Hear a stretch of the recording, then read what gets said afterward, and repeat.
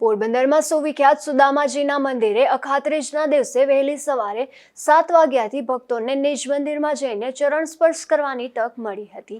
મહત્વની બાબત એ છે કે વર્ષમાં એક વખત જ આ પ્રકારનો લાહવો ભક્તોને મળે છે, તેથી વહેલી સવારથી જ ભક્તો લાઈનોમાં લાગી ગયા હતા। પ્રાચીન કાળથી જ પ્રસિદ્ધ એવા વિશ્વમાં એકમાત્ર શ્રી સુદામા મંદિરે વૈશાખ સુદ ત્રીજ એટલે કે અખાત્રીજના દિવસે ભગવાન શ્રી કૃષ્ણના એકમાત્ર મિત્ર એવા શ્રી સુદામાજીના મંદિર ખાતે ગર્ભગૃહમાં જઈને શ્રી સુદામાજીના ચરણ સ્પર્શ કરવાનો લાહવો મળતો હોય છે। દર વર્ષની પરંપરાને જાળવી રાખતા આ વર્ષે પણ વહેલી સવારે 7થી રાત્રે 8 વાગ્યા સુધી નિજ મંદિરમાં જઈને સુદામાજીના ચરણ સ્પર્શ કરી શકે તે રીતે ભક્તજનોને લાહવો મળ્યો હતો।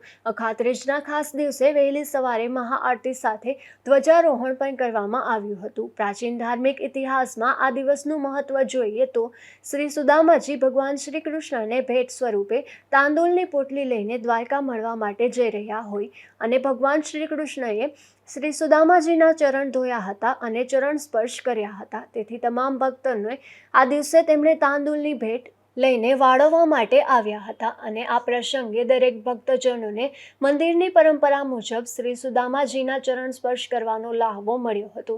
સાથે જ મંદિરમાં બિરાજમાન શ્રી સુદામાજીના ધર્મપત્ની શ્રી સુશીલા દેવીજી તથા શ્રી રાધે કૃષ્ણની મૂર્તિના દર્શનનો લાભ લઈને દરેક ભક્તજનોમાં અનેરો આનંદ ઉત્સાહ જોવા મળ્યો હતો। આ પ્રસંગને યાદગાર બનાવવા માટે આયોજનના ભાગ સ્વરૂપે મહંત પરિવાર દ્વારા આ વખતે ગરમીને ધ્યાનમાં રાખીને અલગ જ પ્રકારના ઠંડા પીણા, છાશ વિતરણ તથા ભક્તોના પગ તપે નહીં તે હેતુથી જાજમ બિછાવવામાં આવી હતી। સુદામાજીની ઝૂંપડી હતી, પછી ભગવાનને મહેલ બનાવીને આપ્યો તો અત્યારે એ જ જગ્યા ઉપર સુદામાજીનું મંદિર છે। જય દ્વારકાધીશ, જય સોમનાથ। મારું નામ ધ્રુતિ કોટેચા, હું પોરબંદરની જ રહેવાસી છું।